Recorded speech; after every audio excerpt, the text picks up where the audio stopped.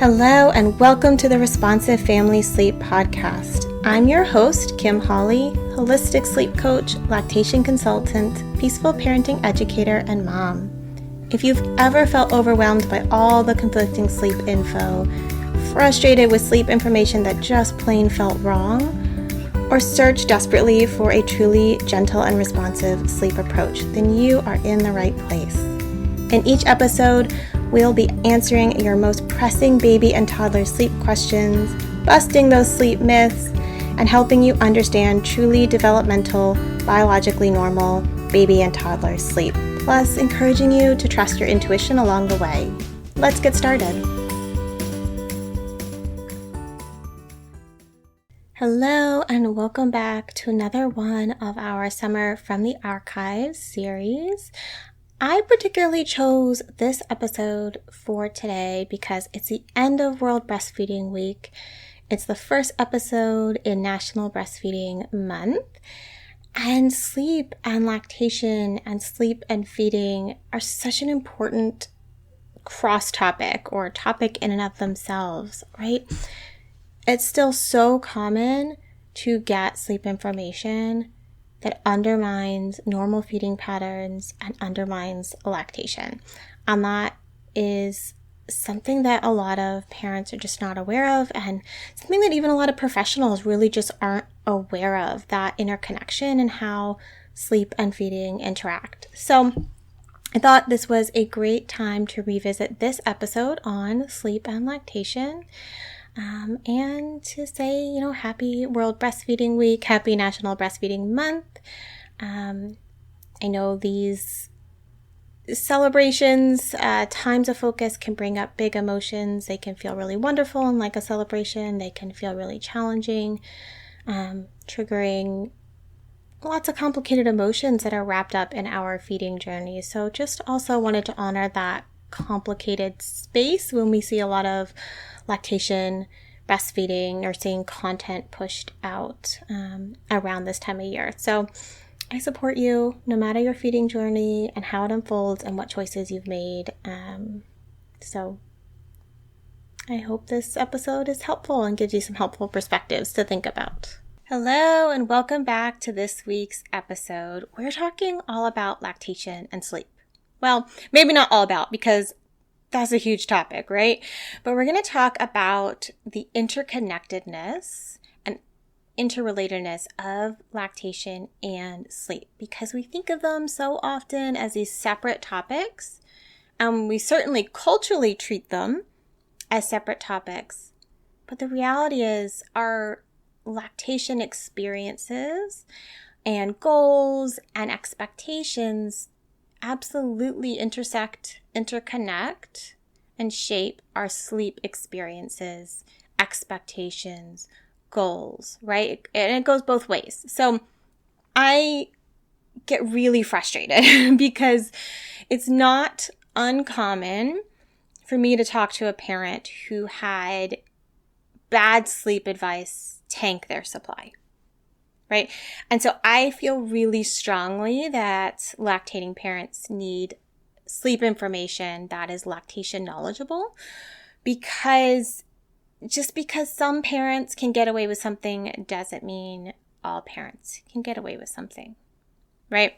And it breaks my heart. The things that I hear from parents about night feeds and lactation and sleep and night weaning, really, infants, really young babies that still need to be fed, and at times where, we could do a lot of damage to a parent's supply, and in situations where that supply is really fragile and it's completely inappropriate to cut out night feeds. And just it's just so frustrating. And it comes from the sleep profession, like the sleep training world, but it comes from pediatricians. It comes from therapists sometimes. It comes from so many healthcare providers and other folks who are just not qualified. And it's just, anyway, we're not going to dwell on that. What I want to talk about is a few things about lactation and sleep that I think are really important for parents to know, because ultimately the information allows you to make informed decisions, right? And rank competing priorities and just think through the whole landscape of it all on your own, right? So first, we're going to talk about the parent side of things, right? And what I mean here is that the vast majority of parents, lactating parents, nursing parents, need nighttime milk removal in order to maintain their supply. This is true, in infancy. Generally, toddlers, your milk supply is pretty well established, and you can go longer between feeds without completely tanking your supply. It's going to drop, of course, because most parents have their milk supply drop when they're nursing a toddler to a certain extent because that toddler is eating food. But when we're thinking about infants, I think we really need to be mindful that, lactation is meant to be something that happens around the clock, and that milk removal drives production of more milk. So what I mean here is that lactation is demand and supply. And I have purposely reversed those from not supply and demand. It's demand and supply, meaning that we remove milk and that signals the body to make more milk. And if we don't remove milk and the mammary tissue, right, the breast, the chest tissue gets overly full, it can signal the body to make less milk, to slow down production. And so when we're thinking about night feeds, right, a parent may be trying to stretch the time between night feeds or night wean too soon. That can really send that signal to the body, hey, let's make less milk. And depending on the big picture, that can be enough for a lot of parents to really start to drop their supply before they're ready for their supply to be dropped. And this is where I see so much in the sleep training world, right? We're being told to night wean babies from 6 months on by so many professionals. And I'm just like, no. You still need your supply then if you want to keep nursing, right? And this is where the goals all need to line up. So what affects this, right? Because there's a wide range of normal. And so this is affected by your storage capacity and, how robust or resilient your milk supply is. So if you don't know what storage capacity is, it's simply the amount of milk the breast, the glandular tissue, the milk-making tissue can hold in between feeds before you get full, right? And before you start to send those signals to the body to downregulate milk. So some people can hold a lot of milk and some people can hold less milk. And this will shape your baby's feeding pattern. Someone with smaller storage capacity is going to have a baby that needs to feed more often to get enough milk in 24 hours. And someone with larger storage capacity, their baby might be able to go longer between feeds. It doesn't always work like that, but they have at least the potential, right? Their body can go longer between milk removal without feeling uncomfortably full or downregulating their supply. So your storage capacity affects those night feeds and how they affect your supply, but also your supply affects this, which seems kind of silly, right? But if somebody has a very resilient, robust, abundant supply, they might be able to get away with going a bit longer between feeds at night than somebody with a really fragile, not too resilient, kind of just have enough, or maybe's had a bunch of supply issues. That person probably really needs those night feeds to drive continued milk production. And so it really breaks my heart when I get folks who've worked with other sleep consultants who told them to night wean and they had a whole bunch of supply issues. And by the time they get to me, their supply is minimal to gone, they've lost so much of their supply and it's not always possible to get it back. And they fought so hard and then it was sleep advice that derailed it. It's just, kills me. So, right, there's going to be a lot of variation here. Your storage capacity, your supply, your individual body, how long you can go before the body starts to downregulate milk. Now, this also is about how many milk removals in 24 hours. Oh my goodness, I forget the lactation consultant. I think it was Nancy Mortbacher calls it the magic number, which is just how often do you have to remove milk in 24 hours to maintain your supply. And that's another very individual number. So lots of variation here, right? But vast majority of parents need some nighttime milk removal, right? In order to maintain supply. Nursing, pumping, expressing. Somehow we got to have milk removal. Baby side of things, right? So the majority of babies need to feed overnight in the first year, right? Now, I think it's important to remember that the age of the baby is going to shape that, right? How often they need to feed, right? A newborn needs to feed every few hours overnight. That's really important. And it's really important in building a supply, right? Building a supply is different than maintaining a supply. A newborn baby really needs to eat for themselves because their tummy is tiny and they're growing really rapidly, and we're bringing in that supply. Out of the newborn phase, most babies are still going to eat a couple times overnight, and even older babies, they're going to eat 1, 2, 3 times overnight. This is normal. This is expected. And, this is probably, this is true for bottle-fed babies too. There is some research showing that, bottle-fed babies would still happily eat overnight. They still need those feeds too. We're just more likely to take a bit more structured view of bottle feeding. Not everyone, but societally, the narration is more structured around bottle feeds. And so I do see more folks not necessarily feeding overnight with bottle-fed babies. But I also see lots of clients who do still bottle feed overnight throughout the first year in the same way that we would expect from nursing. So the thing with babies is that age is going to be a big piece of it, right? And how much they tend to take in a feed, right? What's comfortable for them when their body says they're full. But the other thing is that nursing isn't just about food and calories in, right? It is regulation, it is comfort, it is connection, and it's also thirst, right? How many adults go 10, 11 hours overnight without drinking anything, any liquids? A lot of people don't do that.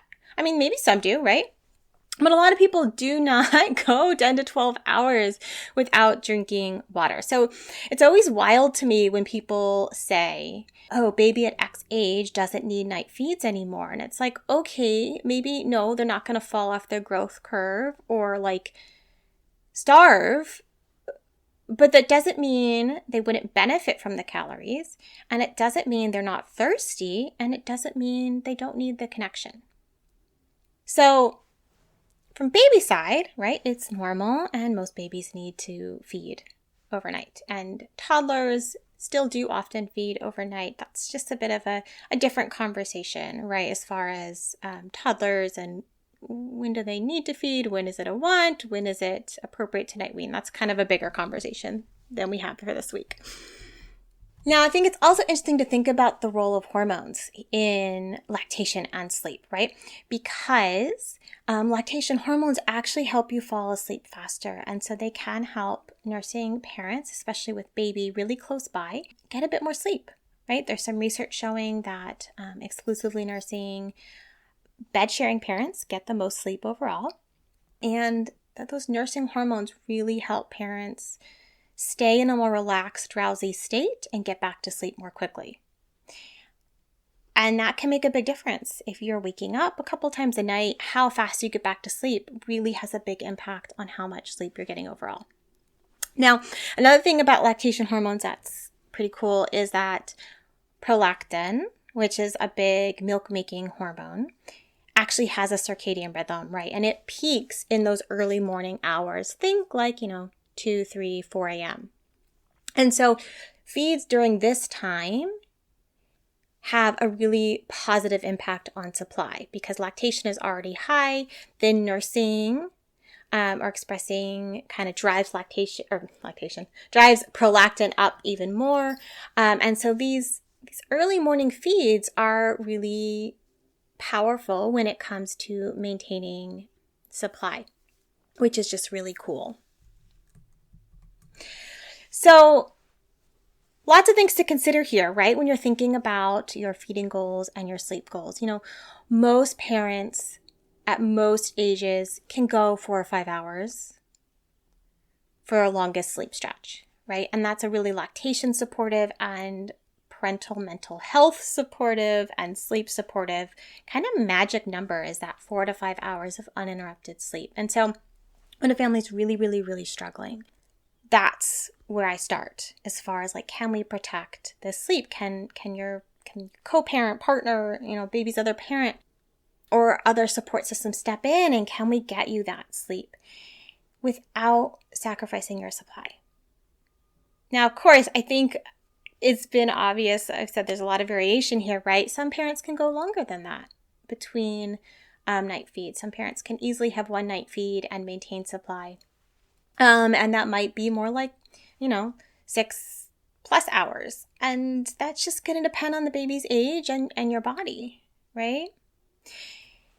The other big thing about sleep and feeding that we need to think about is what's happening during the day. Because if you have a baby who isn't feeding well during the day, for whatever reason, it could be development, they're distracted, they're always on the move. It could be that they don't eat as well at daycare. It could be that they're reverse cycling, which is when they eat less away from their parent and nurse more when they're with their parent, right? Any number of reasons. And so when those things are happening, then those night feeds become even more significant, right? Because they are actually pretty important in the overall intake. And so if you have a little that isn't taking in a lot during the day, they're going to make up for it at night. And that's just a fact. So it doesn't mean you can't intervene, right? But the baby has to get enough liquid and the baby has to get enough calories. And so sometimes supporting more appropriate intake during the day can help shift intake at night. Or it can at least help you feel like, okay, I know they're getting good amount and good feeds during the day. So if we start to work on reducing feeding at night a little bit, we're not worrying about them not getting enough. So I hope this gave you some food for thought, right? These are two really big topics for parents, and they are big, they carry a lot of emotions and a lot of weight, and there's so much information out there and so much incorrect information that I want you to be able to think through them with just the right information, seeing that there are a lot of factors that might shape your individual experience of, how much does your baby need to be eating at night? How much does your body need, milk removals at night? How long can you go for that longest sleep stretch? And know that you can keep an eye on things, right? Maybe your baby is sleeping longer and you start to notice your supply dip. Okay, that tells you something, right? Maybe your baby's sleeping longer and your supply is awesome. Okay, right? That tells you something. We just need to learn to check in with our bodies and not expect them all to behave the same way, just like we shouldn't expect all our babies to behave the same way. So I hope that gives you some food for thought. Oh, well, I didn't mean to actually make a pun there, but whatever, about sleep and lactation. And I would love to hear what else is on your mind about sleep and lactation. If you want to head over to my Instagram, send me a DM, head to my website, send me an email. I'd love to hear from you. Thank you for joining me today.